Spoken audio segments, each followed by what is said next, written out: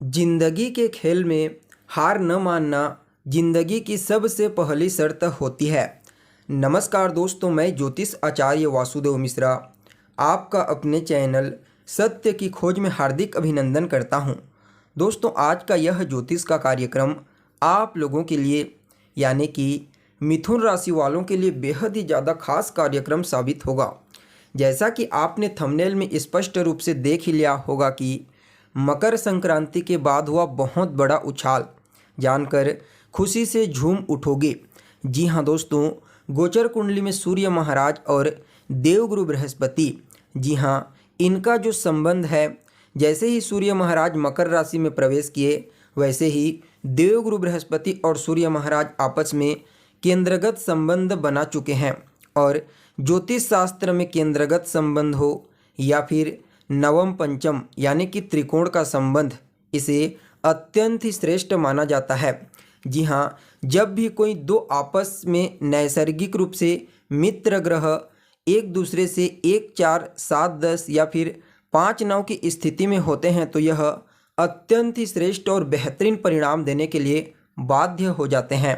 और ऐसा ही कुछ अब आपको अपने जीवन में देखने को मिलेगा, क्योंकि 15 जनवरी 2024 को सूर्य महाराज अपनी वर्तमान धनु राशि को छोड़ करके अपने शत्रु शनिदेव की साधारण राशि मकर राशि में प्रवेश कर चुके हैं। और अभी वर्तमान समय में देवगुरु बृहस्पति मेष राशि में गोचर कर रहे हैं, जिसकी वजह से मकर राशि में गोचर करते हुए सूर्य और मेष राशि में गोचर करते हुए देवगुरु बृहस्पति, ये दोनों आपस में नैसर्गिक रूप से मित्र ग्रह होते हैं। परिणाम स्वरूप इनका जो केंद्रगत संबंध बन रहा है, यह आपके जीवन में अत्यंत ही श्रेष्ठ परिणाम आपको प्रदान करेगा।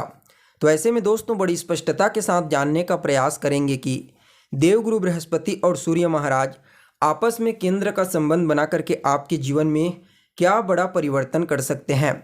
जी हाँ, इसका परिणाम आपको कितना बेहतरीन तरीका से मिलेगा और इस परिणाम को और ज़्यादा बेहतर बनाने के लिए क्या उपाय आप कर सकते हैं, ये तमाम प्रकार की जानकारी आज के इस कार्यक्रम में आपको बताएंगे।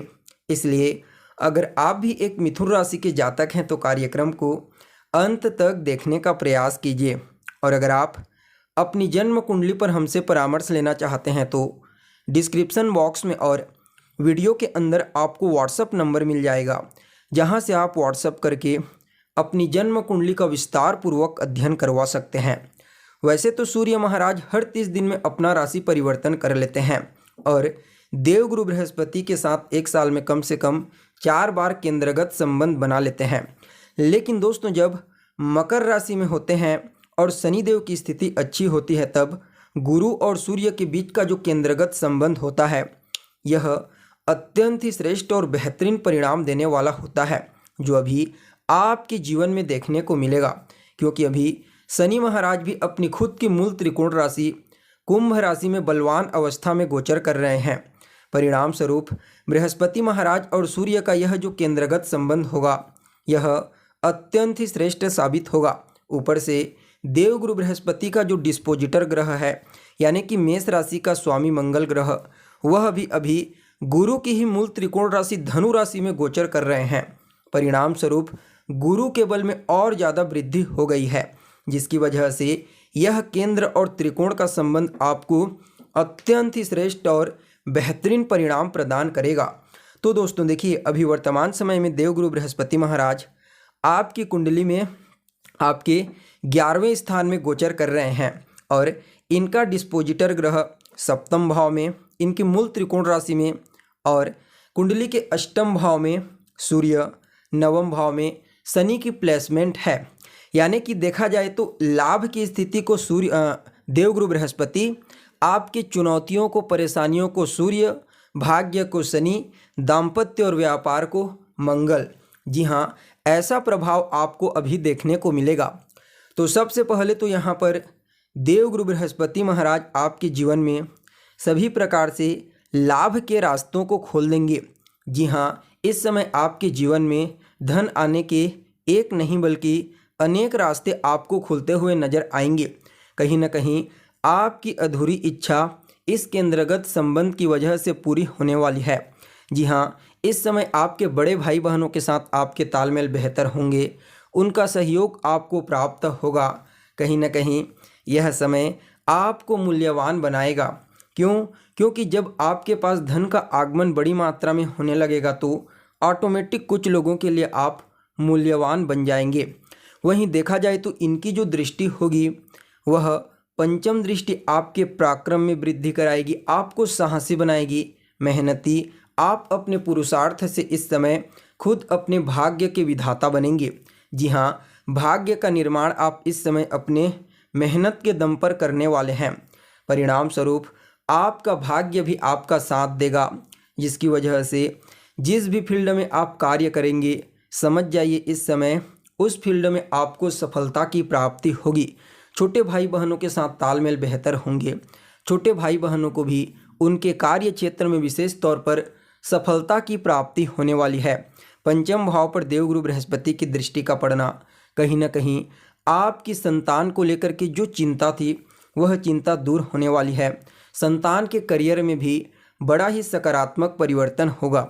अगर आप एक विद्यार्थी हैं तो समझ जाइए यह केंद्रगत संबंध हर प्रकार से आपको आपके पढ़ाई के क्षेत्र में सफलता प्रदायक साबित होगा।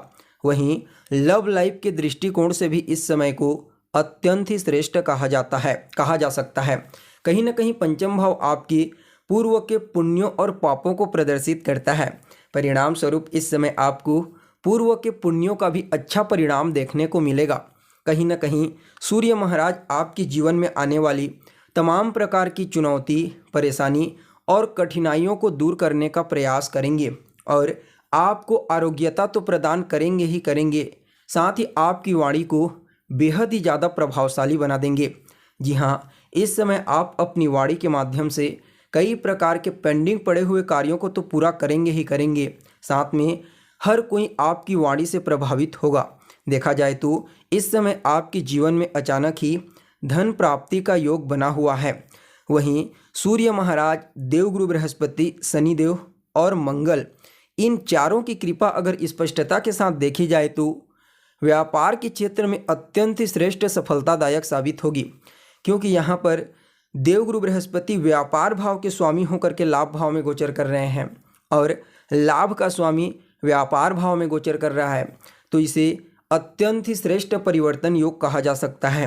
परिणाम स्वरूप जो व्यापारी हैं, व्यापारी वर्ग के जातक हैं, उनके लिए तो कहना ही नहीं, यह गोचर का संबंध, केंद्रगत संबंध हर प्रकार से व्यापारियों को लाभ प्रदान करेगा।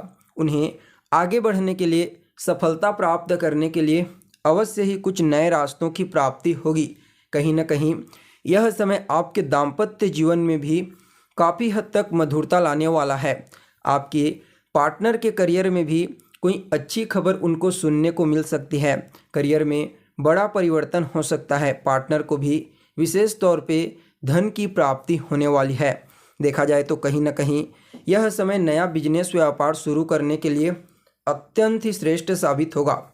अगर आप किसी भी प्रकार से कोई नया व्यापार शुरू करना चाहते हैं तो आंख मूंद करके कीजिए, आपको लाभ की प्राप्ति होगी। शनिदेव आपकी कुंडली में अभी आपके भाग्य भाव में गोचर कर रहे हैं और इनकी दृष्टि जो है वह देवगुरु बृहस्पति के ऊपर तीसरी दृष्टि पड़ रही है। हालांकि इनकी 10वीं दृष्टि थोड़ा ज़्यादा ही खतरनाक होती है, लेकिन इनकी 10वीं दृष्टि रोग ऋण शत्रु भाव पर पड़ रही है। परिणाम स्वरूप इस समय आपके जीवन में हर प्रकार से रोग ऋण शत्रु से आपको बचाने का प्रयास करेंगे। जी हाँ, न तो इस समय कोई रोग, कोई शत्रु या फिर कोई ऋण आपका बाल बाका नहीं कर सकता। समझ जाइए इस समय आप इनके ऊपर भारी पड़ोगे, न कि ये आपके ऊपर। कहीं ना कहीं देखा जाए तो इस समय मंगल का संबंध जब सप्तम भाव से बनता है तो यह अग्नि तत्व के ग्रह होते हैं, तो थोड़ा सा आपके व्यक्तित्व में उग्रता ला देंगे।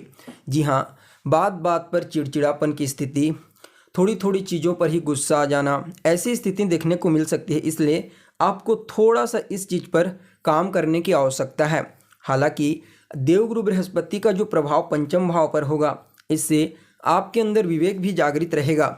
इसलिए हर परिस्थिति में आपसी सामंजस्य स्थापित कर पाने में आप कामयाब रहेंगे। कहीं ना कहीं देखा जाए तो यह समय आपके जीवन में आपको लाभ पहुंचाने के लिए ही ऐसा बना हुआ है आप ऐसा ही समझ सकते हैं, क्योंकि इन 4 ग्रहों का ऐसा केंद्रगत और नवम पंचम का संबंध आपके लिए हर तरह से अद्भुत परिणाम देने वाला साबित होगा। हर प्रकार से इस संबंध का लाभ उठाने का प्रयास कीजिए। फिर भी इस गोचर कुंडली में जो कॉम्बिनेशन बना हुआ है, इसके प्रभाव को और बेहतर और श्रेष्ठ बनाने के लिए आपको रोजाना नवग्रह स्तोत्र का पाठ करना है। इसके अलावा गुरुवार के दिन से केसर का तिलक लगाना प्रारंभ कर दीजिए। साथ ही साथ आपको सूर्य देव को अर्घ्य प्रदान करने वाले जल में एक लाल रंग का पुष्प डाल करके उन्हें अर्घ्य प्रदान करना है। साथ ही साथ शनिवार और सोमवार के दिन 1 लोटा जल में 1 चुटकी काला तिल, 1 चुटकी सफ़ेद तिल मिला करके शिवलिंग के ऊपर अर्पित कीजिए। और गुरुवार और शुक्रवार के दिन गाय को हरा चारा खिलाएं। साथ ही साथ मंगलवार और शनिवार के दिन हनुमान जी के मंदिर में जाकर के उनका दर्शन कीजिए, उनकी आराधना कीजिए, उनके मंत्रों का जाप कीजिए। वहीं पर बैठ करके ये छोटे छोटे उपाय करके अपने लिए इस गोचर के संबंध को और ज़्यादा श्रेष्ठ बना लीजिए। तो दोस्तों, कैसी लगी आपको जानकारी, कमेंट करके बताइए। फिर मिलते हैं एक नए और ताज़ा एपिसोड में। तब तक के लिए नमस्कार।